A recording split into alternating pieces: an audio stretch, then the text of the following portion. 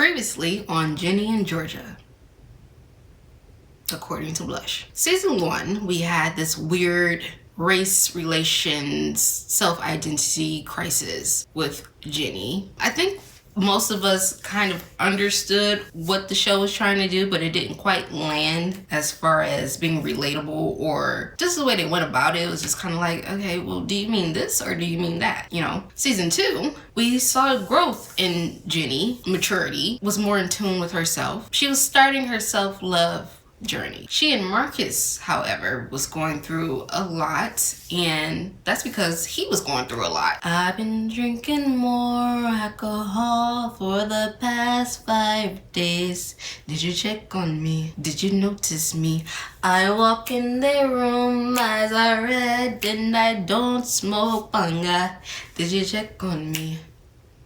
Did you look for me? I don't know the words. He was very depressed. And so he couldn't love her because he couldn't even love himself at the time, you know? So they broke up but remained friends. Meng, our lovely friend group, Meng. And okay, let me just say this. The acronym is not that bad. It's just the way that it sounds. I don't like the sound of it. And it's not like it means anything bad or anything. I just don't like saying Meng. Meng. It just doesn't flow for me. It's just not a cute name. Meng was just being Meng in season 2. It wasn't, I mean, they were going through their stuff, but I don't feel like talking about that right now. And then we have Georgia, who was very busy. Fine baby daddy Zion came back into the picture, very active in Ginny's life, showing up when we all just needed to see something nice on the screen. Crazy baby daddy Gil showed up and, you know, wreaked havoc, but it didn't get too crazy because he was on it. And let me just say this. I know everybody got into the comments last time. It's like, that's not Iceman. That's not Iceman from X-Men. That's not him. He has a twin. Thank you for informing me. That is not Iceman. I forgot that he had a twin. And then I forgot that his twin was an actor. Like, it didn't register until like afterwards. And I was like, oh wait, he has a twin that acts. So it's possible that that's not him. And I didn't look it up because I'm like, it's Iceman, you know? So I'm glad we got that squared away. Crazy baby daddy Gil. Right? Then we have Paul, the stepdaddy. Paul is just going through the motions and he has no clue about what's really going on in his life. But that's a sign of the times. People they move so quickly. And then there was the one that we all thought should have been the daddy, Joe. Lovely Joe. The nice guy. But honestly, I have a different thought process with that. So I'll get back to that later. So while she's mingling with all these daddies, she's doing something that's very unorthodox. Committing McDuck. Shout out to Dwight. Great for censorship. McDuck, because the R's are menacing. If you know, you know. So we start off, Ginny is at school. All eyes are on her, which is not abnormal because everybody's been obsessed with Ginny since she's walked into that place. Her exotic looks and all. And of course, her mom is the talk of the town, you know, talk of the town, talk of the school. Everybody's gossiping. All the conspiracy theories are flying. Some people are in denial, like Max. She's like, oh, Ginny's mom, she didn't do this. And this wouldn't even be a podcast. Like, it's nothing to talk about because she didn't do it. And it's like, well, actually, this would be a podcast. Opinions, if they're entertaining, are more valuable in today's time than truth. Because I can give you my reasons for something that I think is probable, and you're like, okay, well, I don't know if I agree with that, but I like the sound of it. I like the train of thought. It's well thought out. It could be. And then you get the truth, and it's like, well, that's not as fun as what she said the other day. It would be a podcast. I just had to say that. We are reintroduced to Abby and her ED, but at this moment in time, she's more so being a friend, you know, seeing somebody in need, offering them a shoulder without actually saying it, you know, just being present. So that was pretty cool to see. Marcus is still going through his depression, although his mom is very happy that he's taking his showers and his room is clean. And it's like, that's not how depression looks. You know, just because I have on clean clothes and I don't smell like a garbage can does not mean that I'm happy or that I'm even remotely in a better space. But yes, let's celebrate my masquerading in the okay. I love that during this time, even though Ginny doesn't really have Marcus to lean on, like he's there, but he's not really there. She has Abby. I don't remember if I liked Abby last season. I know I didn't like anybody the first season, but she's growing on me. I like their friendship. I like that they provide comfort in times of uncertainty, and it's refreshing to see. Even though they're both going through their respective problems, they're there for each other, so that's cool. Max is jealous because she's not a part of that dynamic. There's something weird going on with them and Max, and we don't find out really what that is until later, and I have my opinions on that. And then there's Nora. To be honest, I have to be completely honest, why is Nora there? Like, why is she still a part of this equation? I would say what the abbreviations for their name would be without her, but then I just thought about what it sounds like, and I'm not gonna go that way.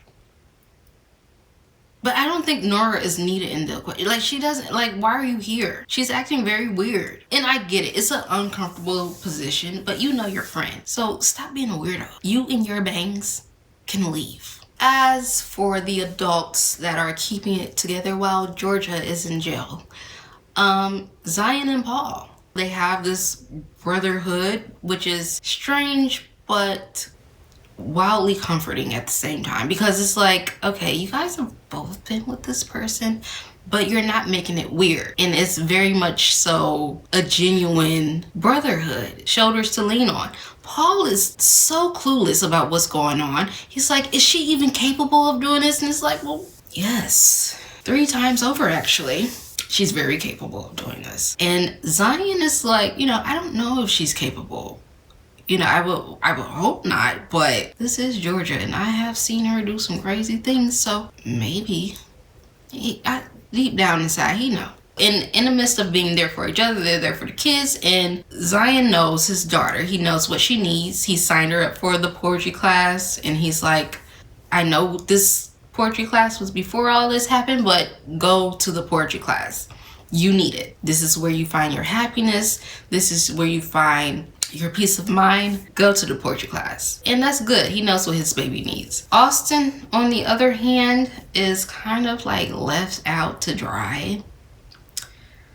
But they don't know the depths of what he's dealing with right now. So I kind of, you know, I don't blame them, but I feel like they should have checked in with him a little bit more, because that boy can have a psychotic breakdown any moment right now, and nobody would know where it's coming from except for Ginny, which, you know, is not good, because she's still a kid. She copes with things, you know, but she doesn't know all the answers, even though they don't know all the answers clearly, because they don't even know what's going on with Georgia. And then we have the queen of the show, Georgia. One of the first things she says while in jail is, where's Paul? What's the use of being the mayor's wife if I'm gonna be sitting in jail? And it's like, ma'am, usually as a politician's wife, you'll be more mindful about your actions so that you wouldn't wind up in jail. But you know, some people don't think about stuff like that, and she's just been above the law for so many years now. This is just like unfathomable for her. Like, she couldn't even fathom the thought of being in jail for a crime. Muck duck. This is serious. And then you're not even going to attempt to hide the fact that Paul is your come up. You could have said, man, can I speak with my husband and so we can try to figure this out? Like, I don't understand why I'm here. Like, she's very loud and boisterous and, you know, entitled. And it's just like, girl, tone it down. But she gets out on bail with her Georgia manipulation tactics. And when she gets home, Ginny is going off on her. If she could have called her a bitch, she would have. She would have, because Georgia comes home, she's acting like everything is everything. No, it's like, can you at least explain what's going on, why you did what you did? Me and my brother are traumatized, and you're like, oh, I'm so happy to be in my comfortable bed. Excuse you? Talk. Now, Ginny didn't say that exactly, but she wanted to, because, girl. So, moving along. Everybody is saving face right now. And the person that I feel bad for is Austin, because he has to pretend that he didn't see what he saw. There's really no protection. Be a protector. Be a protector. I'm so in love with you. You set me free. Alright, I'm gonna stop playing. No, I'm not. I'm gonna do that again. But I'm not gonna do it right now. I feel bad for him. Even though he grew a foot taller overnight, he's still a little boy. You know, he's just a kid. And how much can a kid really take? He has to commit to this story so much that talking to his mom, you know, she's like, you know, Ginny told me that you saw what happened. How are you feeling? He's like, well, you know, I didn't see anything, Mom. Nothing happened that night. I didn't see it. And it's like, man, like, how much can he really take? That's a lot. That's a lot to have on a kid. Then we have Ellen, who is also holding on to the secret in her own way, even though Georgia doesn't want to acknowledge. Ellen is Max and Marcus's mom. She comes over, she's just trying to be a friend. She checks in on her, how you doing? How is your mental?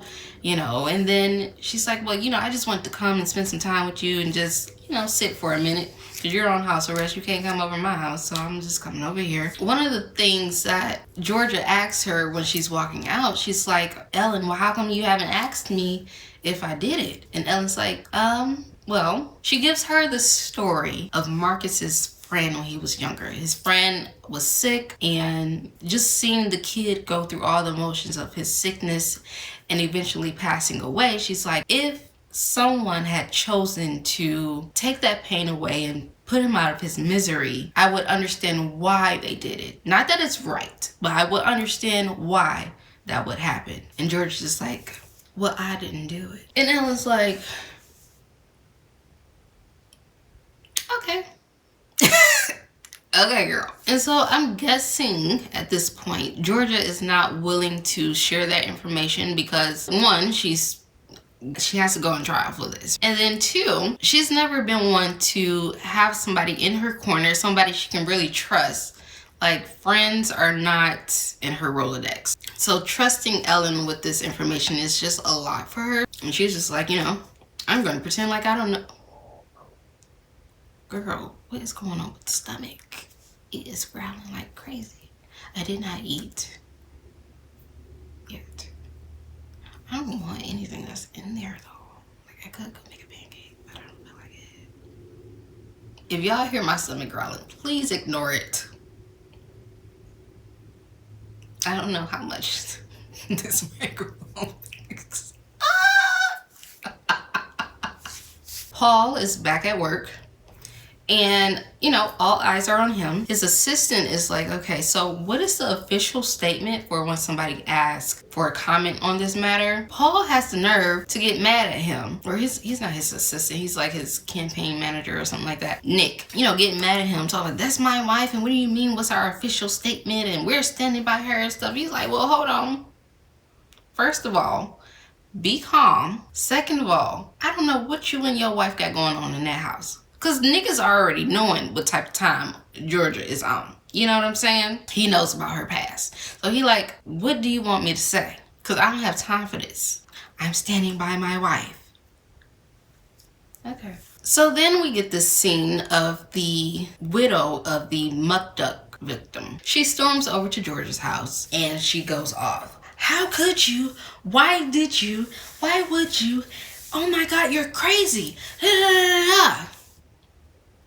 And I'm just thinking to myself, and I could be wrong, you know, I did not go back to watch season 2, but I could have sworn she and Georgia were having a conversation about her husband, his condition, and she wanting him to be kaput. So, and I'm not saying that it was right what Georgia did. Let me be clear about that. But this doesn't feel genuine to me. And I'm gonna tell you why. After she said all that, this face made me say, no, this isn't real. This isn't real. She's putting on a scene in broad daylight, loud. You know, everybody has their security systems and ring cameras and all this other stuff. You know, they live in a nice neighborhood. Everybody got that going on. She's doing that to present as somebody that it would not be tracked back to, just in case Georgia is ruled out as a suspect. Just in case she gets off. She doesn't want anything to come back to her, and the fact that she wanted this to happen to her husband. You are not slick, Cynthia. But moving along. Now, I do think that it's interesting that Ginny's poetry teacher is in some ways a callback to, was it season 1? I think season 1, when she took the English AP class and they had the writing assignment. And I know everybody's in the comments like, oh my gosh, she wrote a poem and she didn't do it right. And the poem, like, oh, a poem. So I understand that she did a different take on the assignment. What I was saying is that the teacher did not handle it well as far as instructing her that she did the assignment in a way that he didn't want her to do it. Just based on his vibes already, it did come off prejudice. It did. I understood why Ginny felt the way that she did. Now, did the showrunners present it in a way that was made clear? Not exactly, but I understood where they were trying to go with that. So anyway, so you know, back in season 1 when she had this writing assignment and then she presented a poem, you know, she was chastised about it and kind of felt she was put down about it. But now she's in this poetry class and she has this white teacher who is like, you know, encouraging her even in her times of uncertainty. He's like, listen, you got this. Don't feel pressured, but think about it. Think about it. Think about what you want to do with this poem, the name of this poem. Every step you take in this is significant, right? So I thought that was pretty cool to show that, you know, dynamic. He empowers her, and that was refreshing to see. But I do have a question. And maybe I'm just forgetting this part. You know, I don't know if it happened in the last season. But when did Zion get a key to their house? Because, you know, he just shows up and he walks in. He's like, oh, I'm here to take Ginny to poetry. Oh, I'm here to cook dinner. Oh, I'm here to make breakfast. Oh, I'm here to clean the bathroom. Oh, I'm here to take out the trash. And it's just like, when did you get a key? Because you all up in their house. That was just a quick question. So what happens next? Ginny tells Bracia about her SH that she has going on, right? One, I was surprised that she told Bracia because I just think about her friend group as being Ming, but she has been growing closer to Bracia. So it was good to see her not holding in that secret and releasing that, because when you hold on to things, that makes it worse. And like that spills over into other parts of your body and your mind and your spirit, and you know, it just makes everything worse. So releasing it was a good thing for her, and I thought that was good, even though the first person I thought about was Max, because Max has really been trying to be there, and I'm like, man, she didn't go to Max. Interesting. But the thing that's really on her mind is her mom and her situation, you know, the muck duck. So she goes to Marcus about this. And I think that even with his depression and things that he's going through, he's there for her. He's able to, you know, put that to the side and be there. So I thought that was a cool moment too. Very mature. So let's talk about immaturity. Georgia. So Daddy Zion and Grandma Lynette, they come to dinner. Lynette is just like, okay, so what's going on? What's the plan? We need stability for these kids. Like, what are we doing here? You guys are acting like everything's normal, everything's good, and it's not. I need to know.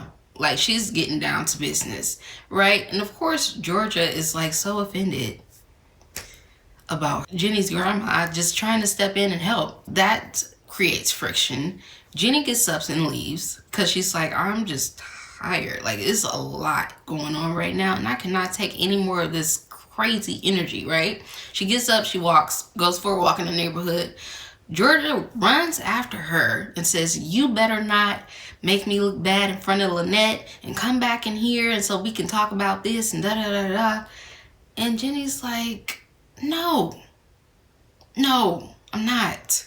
And she alludes to wanting to run away from her because she's tired. And Georgia decides to give the most immature statement ever. And she's like, you think I never wanted to run away from you when I was 16 in the house tethered to a 1-year-old? And Ginny's like, okay, but that was not my fault. And Georgia says, well, yeah, it was a little bit. I'm sorry. Did I make the choice to lay it low and spread it wide, or did you make that choice? Like, what are we talking about right now? How is this my fault? You decided to do that. Don't. I really felt bad for Ginny in that moment, because how are you blaming, wanting space or wanting time to yourself on the child that you chose to have? Doesn't make any sense. The natural order of life says that it was your fault. You and Zion, to be exact. Okay, so now we are entering into episode 3, the school dance. Because what is a high school show without a school dance? I have to be honest, this episode was all over the place. Okay, so you got Georgia with this weird energy towards Lynette, which, okay, the lady don't really care for you like that, but she loves your daughter, so get over it. Stop being so mean. Let it go. Even though Lynette did overstep her boundaries when she invited Zion's girlfriend to go dress shopping with Ginny for the dance. Like, you shouldn't have done that. Her mom physically can't be there because of the ankle monitor, but you shouldn't have did that. Then there's these back-to-back spatula licking scenes between Abby and Press and Georgia and Paul. And I'm just like, okay, like, did we need those scenes? What part of the plot does this help progress in? Yes, Paul was mad at Georgia and she tried to use her sexual energy to seduce him and calm things down and get her way. I just don't think it was needed. I just don't. I don't think we needed to, even though they didn't show much, insinuating that it happened was like, no. No. That was annoying.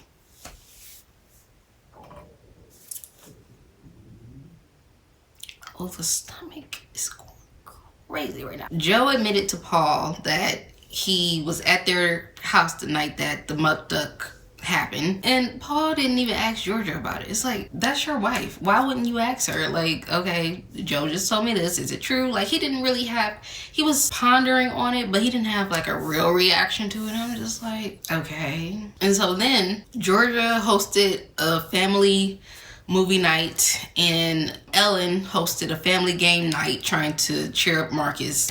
But of course that didn't work for him. Then we have Abby trying to be a friend again to the girl who had the ED struggles. And because I just don't understand why they keep just throwing stuff in this. And I'm trying not to like overreact because it's just a TV show. It's not that deep. But it is, because Abby's telling her like, yeah, if you need somebody to talk to, or I don't remember what she was saying, but she was basically just trying to be there for her and relate to her. She's like, hey, I noticed that this is going on with you, and this is what's going on with me too. And she took her hand to like put it on her leg, because Abby tapes her legs down to make them look skinnier. And the girl, it went over her head, and she for some reason thought that Abby was coming on to her, and in that moment decided to pat the cat, Abby's cat. and not the cat that walks around on all fours. I'm like, what is happening right now? On the couch, in the open, this random thing happening. Abby wasn't mad about it. She wasn't mad about it at all. But I was, because where is this coming from? Why is this happening right now? I hate when they just throw random stuff. But that was happening. Like I said, this episode was so random. So then the girls head to the dance. Ginny is driving. All the girls are in the car. Nora and her boyfriend is in the car. And I'm like, why is she in the car? She don't even like you. I would have made her walk or take an Uber or something. Like, no, you can't get in my car because you've been acting real funny lately. And I don't got time. But, you know, not my decision. So they go to the dance. I will say that I like the fact that they had dresses and sneakers and dresses and boots, because I'm one of those girls, if it requires heels, I'm probably not coming. Like, I don't want to wear them. I hate wearing heels. They hurt. As soon as you put them on, they start hurting. Why would I want to walk around in pain? For what? You know, so if heels are required for your function, there's a slim to none chance that I will be there. Heavy on the none. Just in case y'all ever want to invite me anywhere, I just don't require heels. Or just know that I will be there just for 2 seconds in them when you ask to take pictures. But I will have my flats in my hand. Or in my purse. Or under the table. Under my chair. Wherever I need to put it, it's going to be nearby. But then something else random happens that rubs me the wrong way. Abby goes to Marcus and they're talking at the dance. And she's like, I'm just so tired of guys, and you know, guys are just so blah, and I'm over it. Being treated like this. And Marcus says, okay, well, just be gay. And because I've been keeping it off the writers, because I think they're doing better with this season. They are, in general. Nobody in Gen Z is gonna say, be gay. Millennials are not even gonna say that, but it was especially not Gen Z. Nobody's gonna tell you to just be gay. Does not work like that. I don't know, that annoyed me. And it would be different if he said it and chuckled like, oh, just be gay then, Abby. And she's like, what? And he's like, I'm joking. Like, I don't know what else to tell you. Like, you know, this is just how guys are. And you got to pick them better. And you have to, you know, if it went into something like that, then okay. But it didn't. So it's just like, why did he say that in that moment? I don't get it. And I'm just like, what exactly am I watching right now? And the most exciting part about this episode, because this is just all over the place, was when Nick finally spills the beans on what's going on with Georgia to Paul. In this moment, we don't know exactly what he tells him, but we know he done gave him some tea. Because his reaction was not that great. Lynette and Georgia, they make up and they come to an understanding. So that was good to see. But thus far, this show is going pretty slow. Like, I was expecting more pizzazz. I'm not getting that. But let's move on. So, episode 4. We find out that Nick told Paul, maybe sort of, possibly not for sure, but certainly, that Georgia offed her first 2 husbands. And this information leaves Paul a little bit scared. That's understandable, because you are the 3rd husband. And it's like, you know, what do you do with that information? A lot. And then speaking of relationships and truthfulness, Marcus decides to tell Ginny that he doesn't love her anymore because he can't love her. Not that he doesn't, he doesn't love himself right now. He doesn't know how to love himself. He doesn't know how to get back into the space of loving himself. So even though in his heart he loves her, he cannot express that in a truthful, open matter. So he just tells her, I don't love you anymore, just to give him space to deal with his own thing and for her to deal with her life. Because again, she's bringing a whole lot of drama. And it's like, when you're depressed, you don't have time to take on anybody else's mess. Shoot, you lucky I washed my ass today. You know what I'm saying? Like, it's deep. I mean, he vandalized the school and didn't even remember it. So he just dealing with a lot. Ooh, I'm about to sneeze.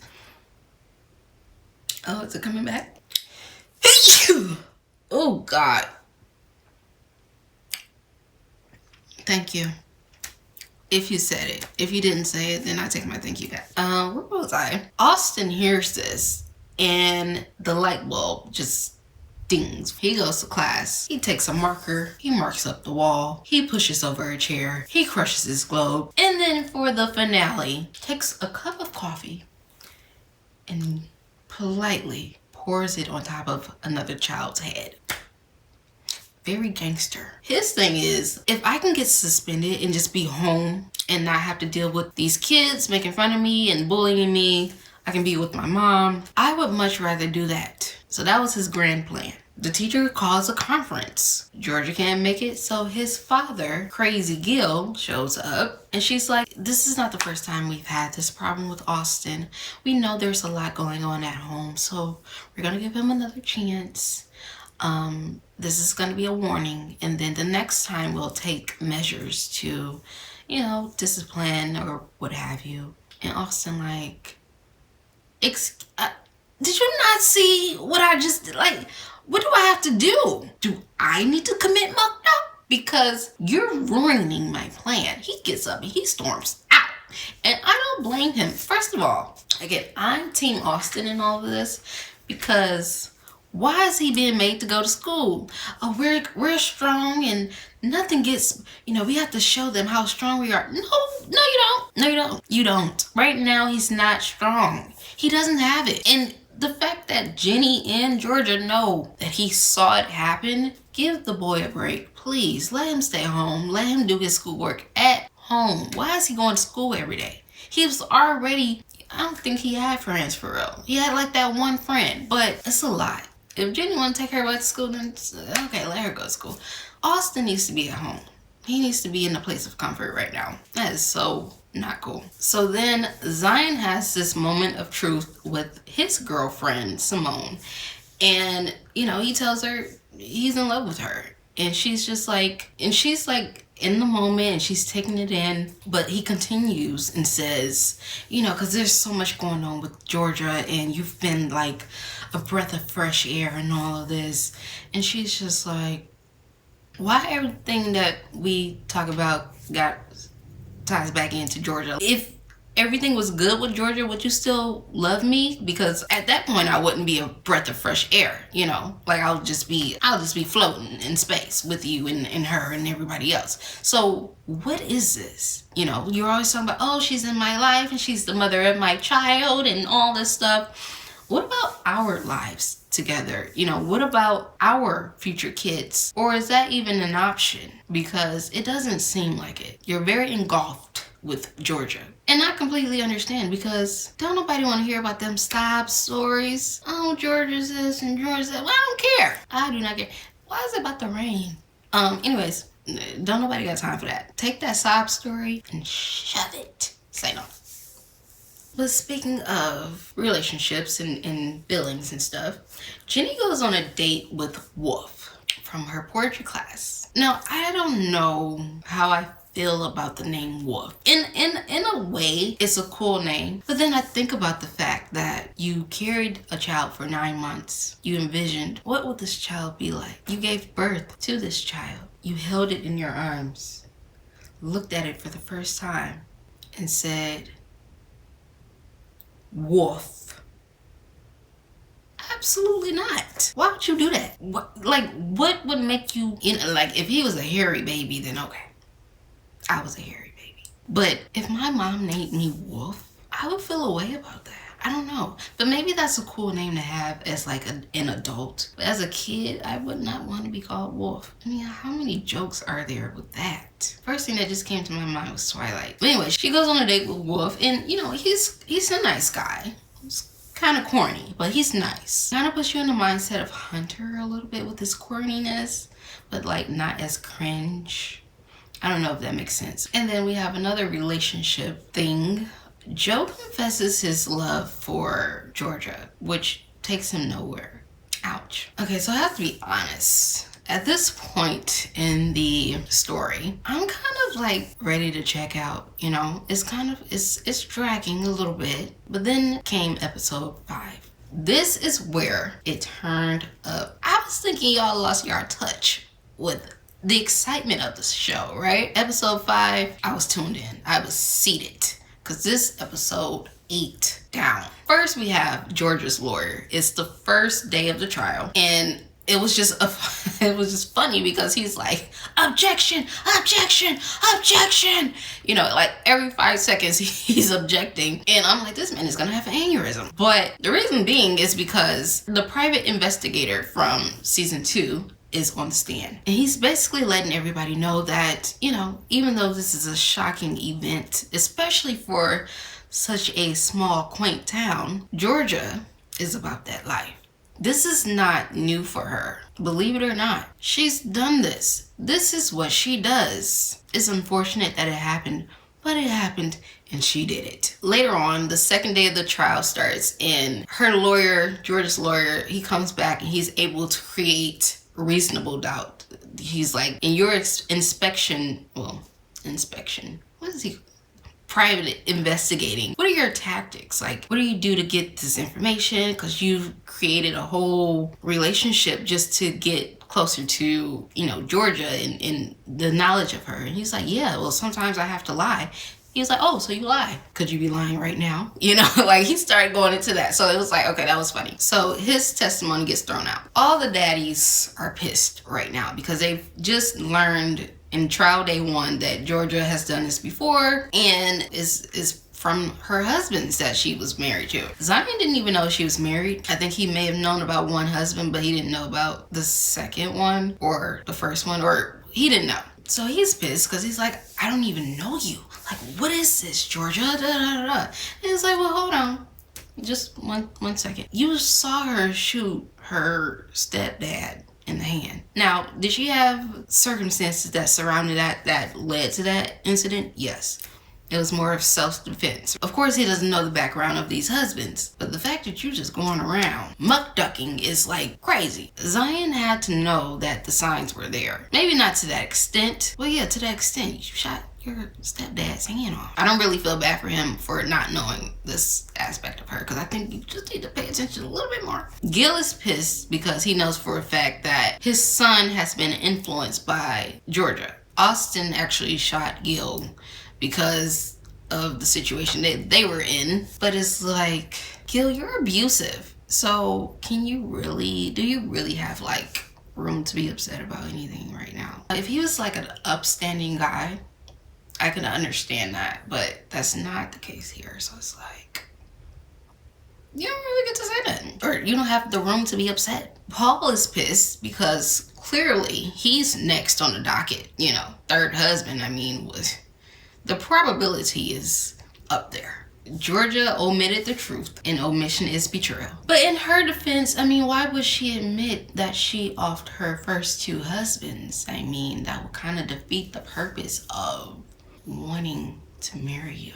So yeah, that's information she should keep to herself. The only one who wasn't mad at her was Joe, and that's really because he was grieving this relationship that never was. So he was in a vulnerable state. Everybody else was amped up. Just like Ginny with this wolf guy. Like, he's been in her corner, but she's been lying to him since she's met him. He doesn't even know her name. It's very much like mother, like daughter. And it was funny because he's in class. She calls him because right now there is a meteor storm surrounding her and her family. And she's just like, it's just a lot. She needs to get out of the school. She needs to get away. So she calls Wolf. Wolf answers the phone in algebra class. And he like, oh, just...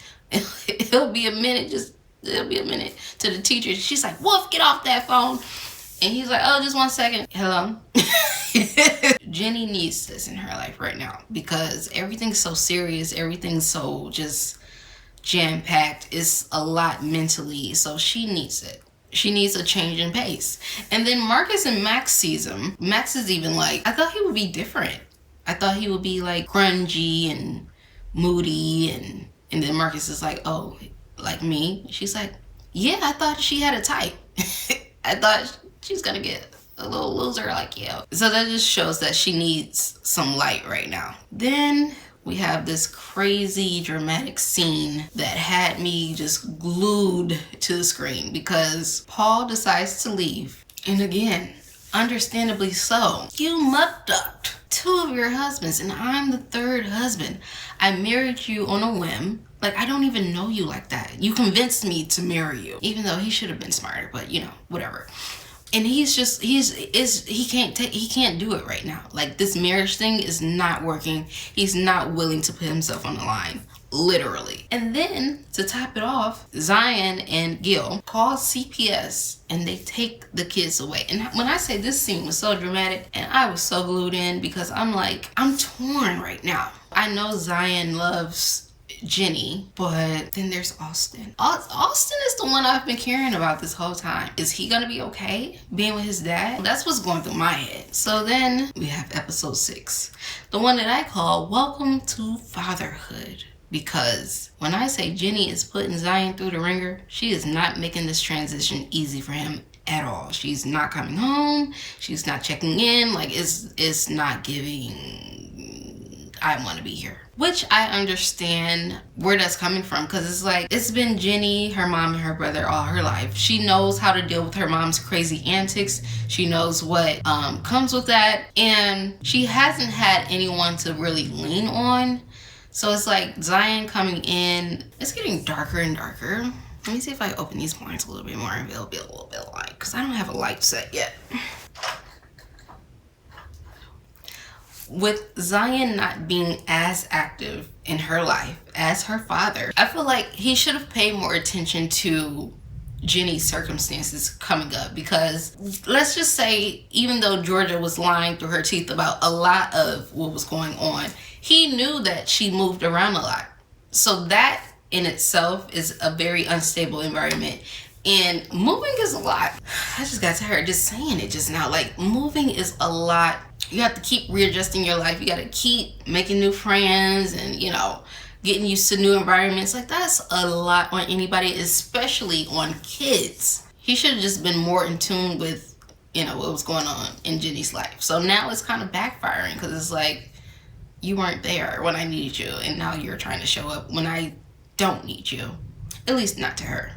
As a father, he did make a good choice. It's just, I understand why it's such friction. And then again, Austin. Jenny's been looking out for Austin all her life. So not having that access to him being over there with Gil, she don't know what's going on. She's petrified. Anytime you have to tell a parent, please do not hurt my brother, that's heavy. Can y'all hear the thunder in the microphone? But Zion is going through it with Ginny, and every time something goes awry, he's calling Georgia, and Georgia is like, well, this parenting thing is not that easy, is it? Like, she's like rubbing it in, which I can understand that too. You know, Georgia doesn't always make the right choices as a parent, but she loves her kids and she tries her best, and she's been doing it by herself. She can rub it in a little bit. Speaking of disconnection, Max is really having a hard time. She really wants to be there for Ginny, but she's like, I don't even know what to say. And then Ginny's not necessarily providing the space for her to be there for her. So she doesn't want to come off as the jealous friend that's like pushy and trying to, you know, maneuver her way into her life when she's not wanted or needed. But she's like, I want to be there for you. So she's going through a lot. Oh, it's getting dark again. Crap. I have this ring light, but it's like always super bright in my face, and I'm just like trying to look at the camera. So then we get to this lovely scene with our favorite girls, Meng. Now, they haven't really hung out. You know, Max calls this meeting because it's weighing heavy on her heart, and they haven't been able to, as a collective, be there for Ginny. Miss Bangs is really the only one that hasn't been there for her, like, at all, which is understandable in some ways, but they finally address it. Oh my god, it's so dark right now. I'm like, what is happening? Okay, I know y'all can hear that because I see the levels jumping. So this is just really cozy. I wish this was like an ASMR, like, you know.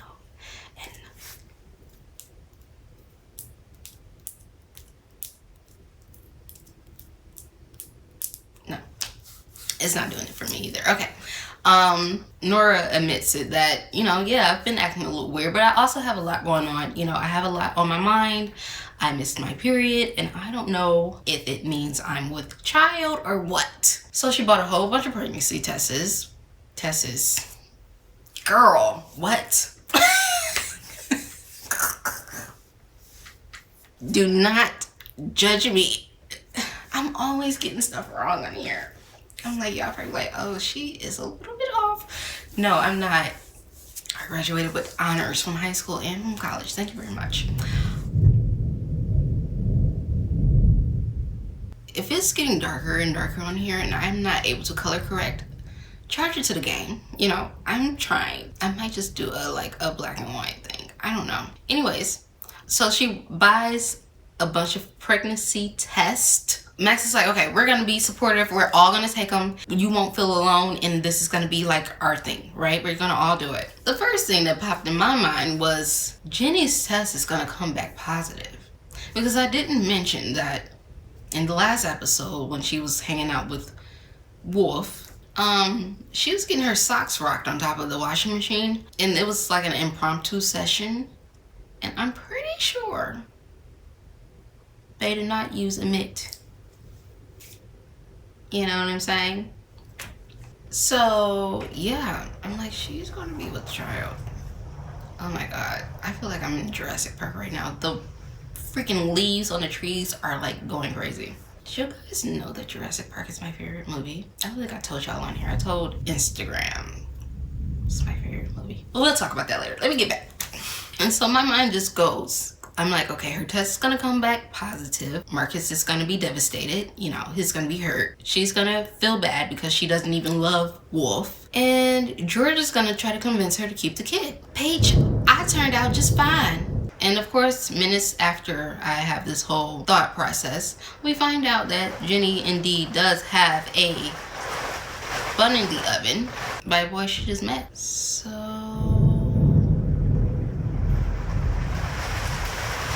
here comes the rain for Ginny. It's like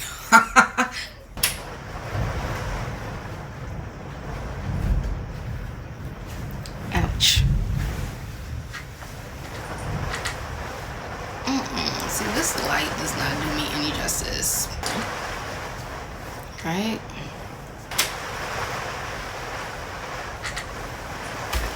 Okay, so I just turned on this little side light. We'll see how this goes. I'm gonna try to color correct. If I don't get it right, then just don't look. Dun, dun, dun. Man, I wish I did spooky stories or something. Those would be really cool to do that right now. So of course she's freaking out. She can't think straight, and she doesn't want to tell her friends because that is very embarrassing. I mean, no, I'm not telling y'all. Wolf is clueless. He's just trucking along like everything is normal, which to him it is. Then she lays it on him, and his response is, that's wild. Now, I don't blame him for responding like that. I mean, they just been dating for what, 5 minutes? What did you expect, for him to be leaping for joy? It's not gonna happen. He doesn't even know your favorite color, so I mean, what are we talking about right now? She literally works her way back in to tell her mom, and before she can even say it, Georgia already knows what's going on, and she's just like, you've been acting off, now you're very nervous to tell me about this. I already know what it is. In this moment, I was quite surprised because I just knew for a fact that Georgia was going to try to convince her to keep this child. Peach, just because I turned out to be a wreck doesn't mean you're gonna. I thought it was gonna be one of those things, but she was actually very supportive of whatever choice she wanted to make. I think the most compelling thing about this is that both Georgia and Zion, once he does know about it, they're very supportive of her, and they both say that Ginny is different. You don't have to follow our footsteps. You have a lot going for yourself. You have a bright future ahead of you. So this choice is yours, but just know that even if you don't make the choice that we made, there's so much ahead in life for you. It was just good for her to have support of both of her parents in this very vulnerable time for her. The sun'll come out tomorrow. Ginny makes her decision. She goes to the clinic. And what's interesting is Georgia sends Marcus there to be with her in this moment. And though Marcus still loves her, so he wants to be there for her, he doesn't have any reaction to her being knocked up by another guy. Like, I get that you're depressed, but I mean, wouldn't you say something about it? Like, maybe he just didn't want to say anything in that moment, but he never says anything. Like, the whole time he never said anything about it. Like, oh wow, like, you really moved on. Nothing. I just thought that was weird, but maybe it's just me. Then we finally see Gil with Austin, and the energy is weird, but you can tell he's trying, so it's like, all right, we'll give him points for that, even though we don't like him. Joe drops in on Georgia a couple more times, just to check on her. She's missing having a companion, so she tries to move in on him, and he's like, no. Nope, you don't get none of this. You missed the train, okay? I tried to get you to come on, all aboard. You didn't want to, so guess what? You don't get this. I mean, he didn't say all of that, but he wanted to. So everybody is pretty much tying up loose ends in this episode. But then there's Georgia, who is unraveling a new beginning. So of course, Paul wants to get a divorce. He's like, okay, let me go over there and talk to her about this. I really don't want to in my heart of hearts, but I have to because I can't continue with this chaos. Georgia gets the bright idea to keep him in her life. The perfect way to do that is to tell him that she is pregnant. And the reason why it's perfect is because she has a positive pregnancy test in her hand. It belongs to her 16-year-old daughter, but finders keepers. I'm just like, this woman just does not quit. Episode 8. There's a line somewhere in there that goes, and it's an exchange between Abby and Prez. He says, you want to hang later tonight? And she says, no. He says, why? She says, because God has a plan for me and you're not in it. Now that is a read. And it pretty much sets the tone for this entire episode. People are making plans and finding out and discovering and deciding who is in their plans. Ginny breaks it off with Wolf after he apologizes for the way he reacted to her news. And, she just basically tells him, like, look, we weren't in a relationship. We didn't even really like each other like that. So let's just end this, whatever this is. And Wolf is like, oh, we didn't like you. You didn't like each other? It's news to me. I didn't know that we didn't like each other. Which, I mean, yeah, I think he should have known, like, he had indication that he was the rebound. So this just solidified it. He was a little bit hurt, but again, he knew he was the rebound, so it didn't really linger that long. At this time, they had only been knowing each other for 20 minutes? So, all right, you don't like me, fine. So Ginny's plan does not involve Wolf, and that's that on that. So then you have Max and her ex, Sophie. There's no plan here. Max has been talking about Sophie for the past forever, ever since they broke up. She's getting on my nerves talking about her, so I'm sure she's getting on everybody else's nerve. They crossed the line with kissing each other during the play. Outside of that, it's not very promising. Like, there's no future here, really. They're just like floating. But I think they should just go ahead and get back together so Max can shut up about Sophie. Like, girl, we do not want to hear about your ex all the time. And she's dating Silver, but Silver doesn't really like her. So it's like, just get back with Sophie. Then there's Bracia and Byron. I don't think that's his name. What is his name?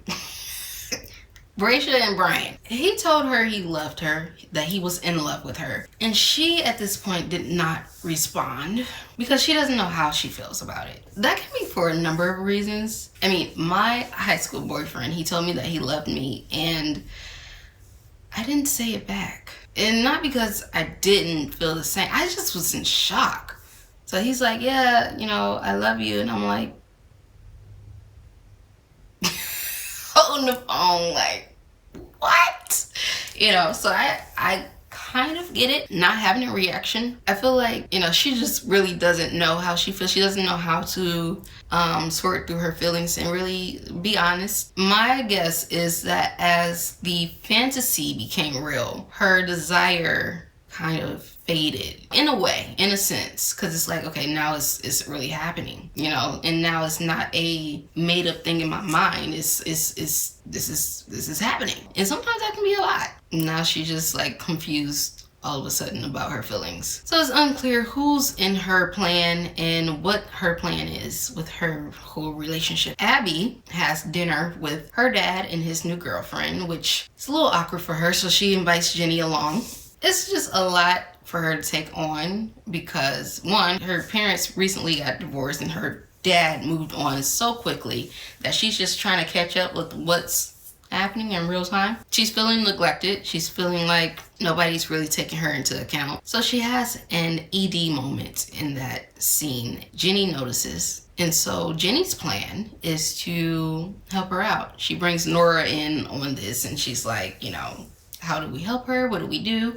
And they decide to trauma bond, which in this case is a positive because once you know that people are going through their own stuff, you don't really feel so alienated and feeling like a weirdo and stuff like that. Ginny told them about her SH. She told them about her pregnancy. Nora said something about having the hurt. And, you know, that was like, oh, okay, girl. Like, That's when Abby was able to open up and be like, okay, yeah, I do this sometime, but it's not that big a deal. I'm going to stop because you guys are being weird. I don't want to talk about this anymore. So they all have this comfort circle to lean on. That does not include the M in Ming. So the next plan, Ginny is still worried about Austin. So she and Nora come up with this plan. You know, if Nora had different hairstyles, I think the bang wouldn't bother me as much. I just, you know, everybody else in Ming, well, Ginny doesn't really switch it up hair-wise. Everybody else, they switch it up. I just think the bangs would be a lot better with like, you know, a different hairstyle. It's just down with the bangs. Anyways, they come up with this plan. When Nora babysits Austin and Jake, Sam, whatever the boy name is. When she babysits, Ginny's gonna come over and talk to him and see how he's doing. Austin, to my surprise, is doing very well. He likes it with his dad. He is not having any issues and, you know, he's liking the life. Even though he loves and he misses his mom, it's just refreshing for him to be around his dad. I'm happy for him because this could have been so much more traumatic. Now, Joe is not playing when it comes to Georgia. Knowing what Gil did to her, you know, he doesn't have it in his plan to be with Georgia, even though they share a moment later. He just wants to be her protector. Be a protector. Be a protector. I'm so in love with you. You set me.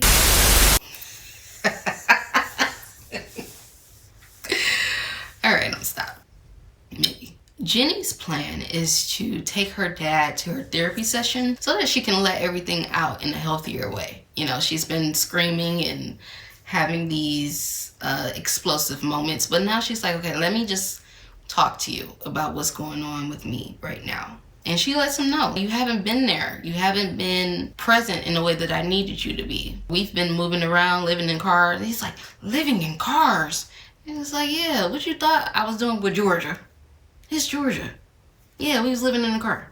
He listens and he takes it in, but then that turns into a plan for him to gain custody of Ginny. That's in his dad mind. He's like, okay, I gotta save her. I gotta get her out of there. Which, I mean, I get it. He just found out that not only has Georgia been lying to him all these years, but she's been instructing Ginny to do so as well. So it's like, how much more don't I know about what my child's life has been? He just wants to be a protector. Be a protector. I'm so in love with... Oh, y'all gonna get tired of me doing that. Oh, God. Then we come to the worst plan that has been in this streamline so far. And that is Georgia's plan to lie to her husband, who left her already because she had been lying in the actions that she's been taking, convincing him that she was with his child, get him to move back in, manipulate him into being in a loving marriage. And it all was working out for some time, and it could have kept working. You know, she could have gotten actually pregnant in between that time of lying about it. But because of this budding bromance between Zion and Paul, that lie was cut short. Zion explains to Paul that Ginny had just went through something very tough, but luckily for her, she won't end up like he and her mother did at the ages of 17 and 15 years old. Like, she won't have that same reality. So Paul, being the smart man that he is, he puts 2 and 2 together, and he's like, okay, so if her fate won't be what theirs was, that means that she was pregnant, which means she took a pregnancy test, which means Georgia might have had access to a positive pregnancy test. So he goes home and he tells her to take a pregnancy test right now. And Georgia knows she's busted. He went off on her, which was well deserved, because you tried it. Like, you tried to trap me, bitch. But the funniest plan during all of this was Georgia's lawyer's plan to not represent her anymore. Because, you know, with Paul being mad at her and him paying for the lawyer, that was cut pretty short. Georgia's like, well, can he do this? Can he just stop? Can he just make you not represent me anymore? And the lawyer's like, well, yeah, he can stop paying me. Girl, this ain't no pro bono. What did you think? No, I'm not representing you for free. Crazy. Okay, he didn't say all of that, but he wanted to. So we move on to episode 9. And this episode is all about Max. Because everything is through the eyes of Max. Right now, she's on this long internal monologue about if she should tell Ginny about Georgia stealing her brother's bike and running away. Not knowing, of course, that Ginny already knows this. Somewhere along the lines, I think it's actually towards the end of the episode, she asks the question, I know I feel too much, but isn't that good too? She has all these feelings within her. She's always trying to make things right and be there for people and express herself and all. It's just a lot going on with her all the time. But to answer her question, is it good to have feelings like that all the time? It is, but it isn't. Because then you find yourself in these long monologues, a never-ending cycle of mental turmoil that is all internal, because the average person, even if they love you, they don't care. And people have showed her time and time again, she's just a lot. Everybody's keeping secrets from her. You know, they're going about their lives and living in ways that don't include her. And at one point it did. Everybody thinks she's dramatic. She does too much. She makes everything a big deal. And honestly, I like her, but she is annoying. She is annoying. And I understand why people try to keep their distance from her. Because if I'm already going through a lot, I don't need you to be on 10. Like, girl, calm down. Please, just relax. Just be normal. Everything doesn't have to be a sit-down meeting. Everything doesn't have to be this big deal. That is draining. And it's not like this is something new. Like, they even showed her with Abby and Nora as kids. And there's 3 things that went through my mind in the scene. One is that Nora has always had those bangs. How did you never change your hairstyle? Your bangs have been there since you were a kid. Maybe it's a different, a deeper story there with the bangs, but goodness, she's always had those bangs. The second thing, speaking of hair, Abby has on this red wig that is clearly not a natural red. And I'm like, why would she have this color hair at this age? Who thought that was a good idea? And then the third thing, I have to be honest, I really didn't pay attention to the scene because I was listening to the song that was playing in the background. It is Dear to Me by Electric Guest. I love this song. Ooh, I know it.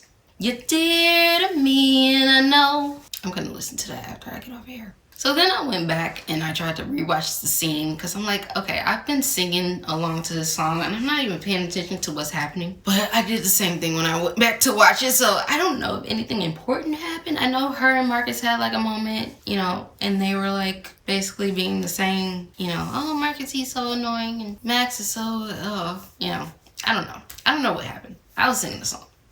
In the midst of Max going through all her ups and downs, Ginny is trying to figure out a way to help her mom. And the thing she comes up with is asking her dad's girlfriend to help her out, being as though she is a defense lawyer.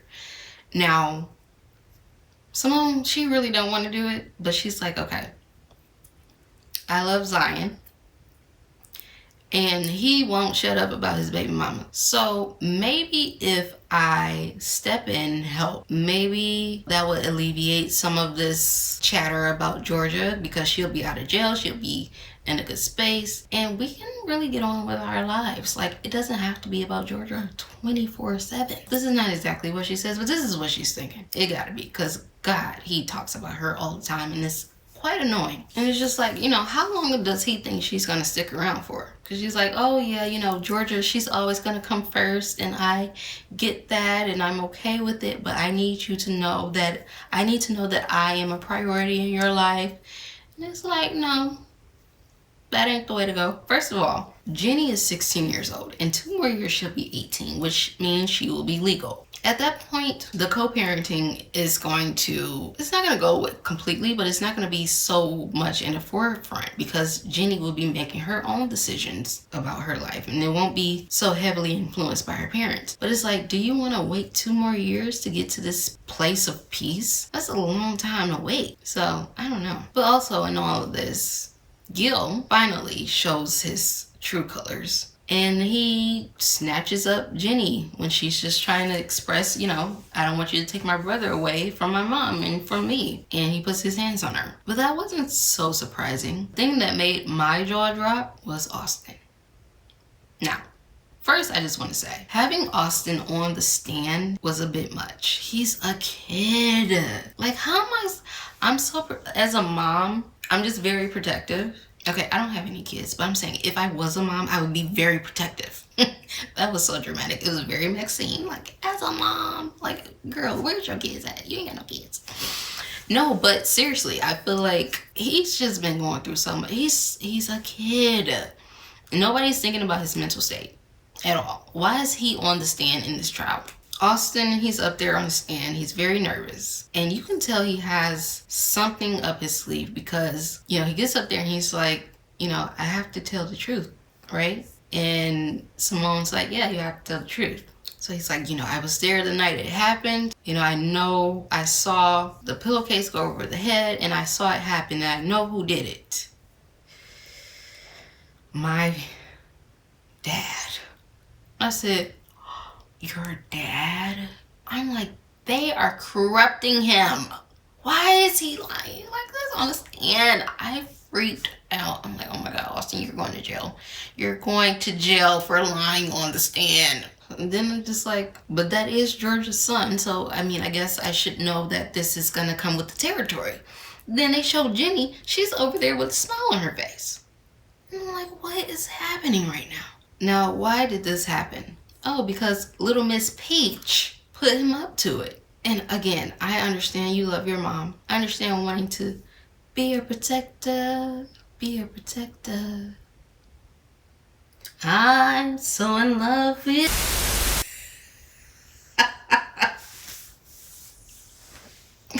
Alright, that's the last time I do it. That's the last time I'll do it. Maybe. I don't know. I understand wanting to protect your mom. And I know that Gil is a bad man, right? But again, Austin is an innocent child. Like, why have him to do it? You know, why have him to say that up there? It just rubs me the wrong way, but whatever.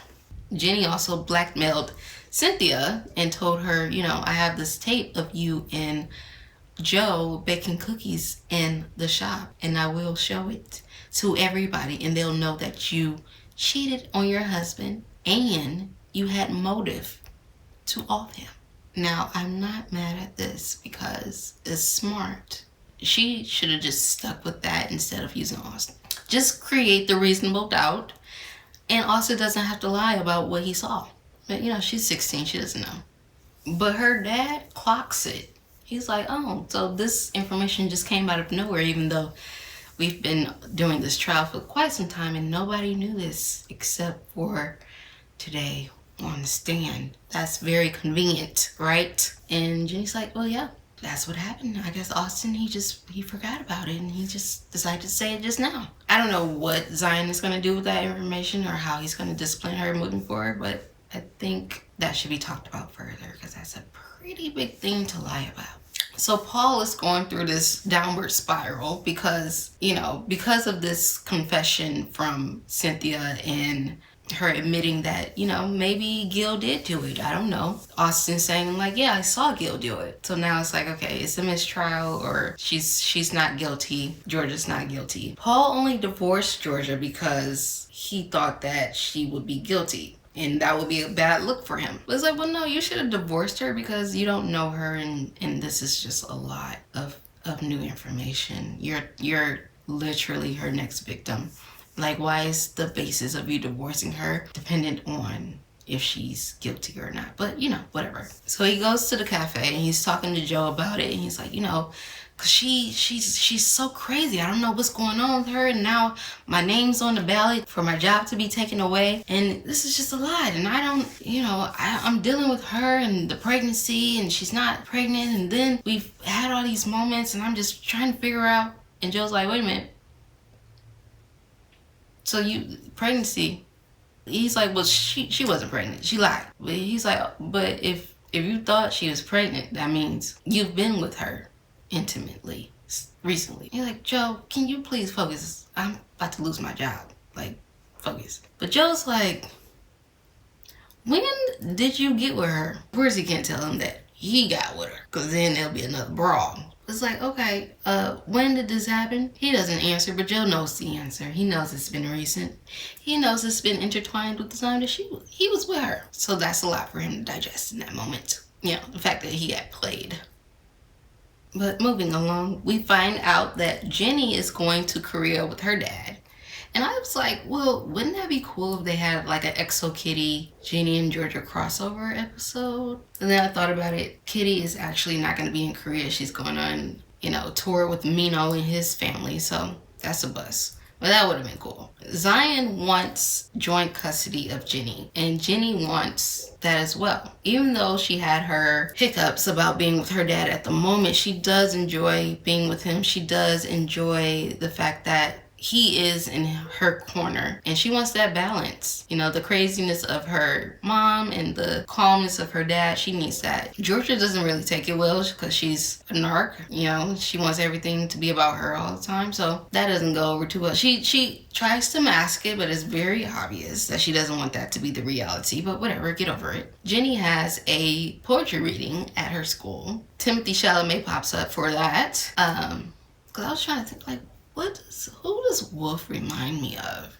It's very Timothy Chalamet, but it's clear that they are friends at this point, which is interesting because then you have this other thing that juxtaposes their friendship, their new friendship, and that is Max. She finally says, I've been trying to be here for you, but and even though you didn't make it to my play, it's okay. It hurt my feelings, but it's fine. I definitely want to be here for you for your poetry reading, even though I had to step out because I had a lot going on. And Ginny's like, okay, thanks, I guess. I don't really care. And Max is like, well, wait a minute, hold on. What do you mean? Like, what's going on? Like, what's happening with us? And Ginny's like, we grew apart. Like, that's just what it is. It's fine. I'm okay with that. Very cold. That moment happens, and of course, Max is devastated. Georgia tells Joe the truth about her life and all the things that she's done. All the rumors are true. And Joe, deep down inside, he knew these things were true, but hearing it is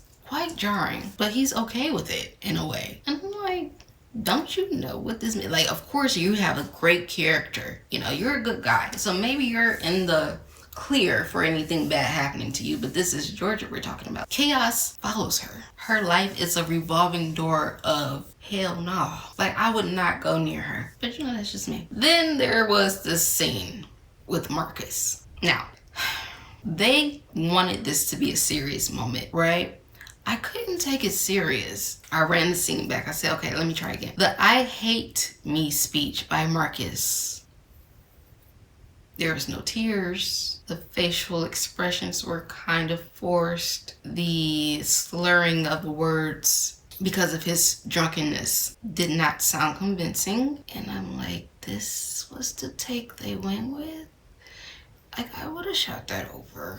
You know, put some eye drops in his eyes or something. It wasn't it. And of course, I've been like sympathetic with Marcus this whole time with his depression, but that scene didn't do it for me at all. I'm just sitting there like, he finally goes to rehab. His mom takes him there because she's kind of been in denial this whole time too. So it's good that she was the one that drove him. And then of course we end this episode with the way that only Ginny and Georgia knows how to end an episode, or a season I should say. One, Georgia's biological father, I don't think I mentioned this, but her dad has been trying to reach her. And once he gets a hold of her, he's like, you know, if I can reach you, then anybody can reach you.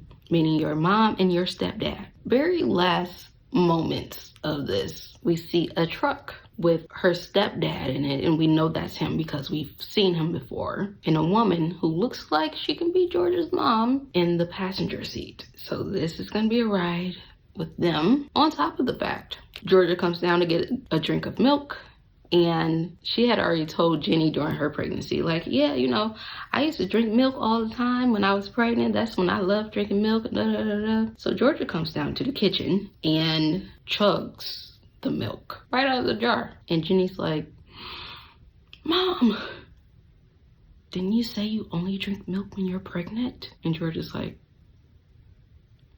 and that's how we end the season. Now, like I said, this season has been, it started off very slow, but it kicked into gear. So if you haven't watched it, I do recommend watching it. It is a fun watch. I don't have many complaints about, or many critiques about the writing this season. I think for the most part, it made sense.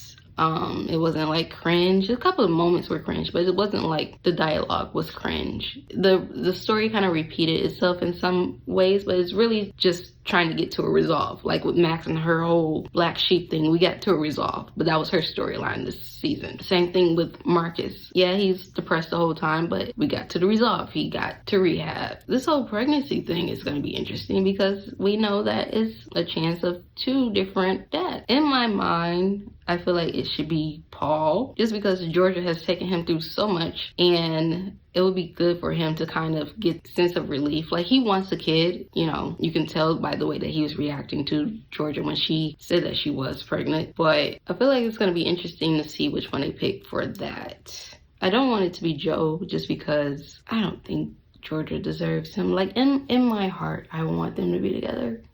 No, I'm lying. I don't. At one point I did, but just seeing how she operates, I think she should stick with Paul. Paul has the leverage. He has the, you know, political background. He has more to offer her than the nice guy Joe. But what are you guys' thoughts? Which season do you like better? And which storyline stood out to you this season? I'm curious to know. Also, I want to give a special shout out to our executive producers for this video. If you guys don't know, I now have a Patreon. I'm not gonna go through the story of why I have a Patreon, but you guys can go check it out. Click on the About section and it will tell you why I'm suddenly saying that I have a Patreon account. I've said it a couple times, but I don't want to keep saying it because it's like, okay girl, stop with the sob story. You know what I mean? What else? Also, thank you to the people who have recently purchased merchandise. I haven't really been promoting it. I want to do a revamping of it pretty soon, but thank you to everybody who's made recent purchases. But yeah, that's all for now. With all of that being said, if you haven't done so already, please be sure to click the like button and hop on over to that subscribe button and hit the bell. And to be honest, you guys can put like all notifications for me instead of like sometimes, or whatever the options are, because I don't really post that often. And I know that people have been saying that they haven't gotten notifications that I'm back on YouTube making videos. So just put all. I'm not gonna bombard you with posts, you know? That's it. I'm all ears. Until next time, bye. All right. Hey, you cool cats, kittens. No. Ow, my leg. So my outfit is inspired by Ginny because she's wearing these like the whole season. I hope this is not loud. Let me see. Okay, so we're gonna try this again. This is so inconvenient.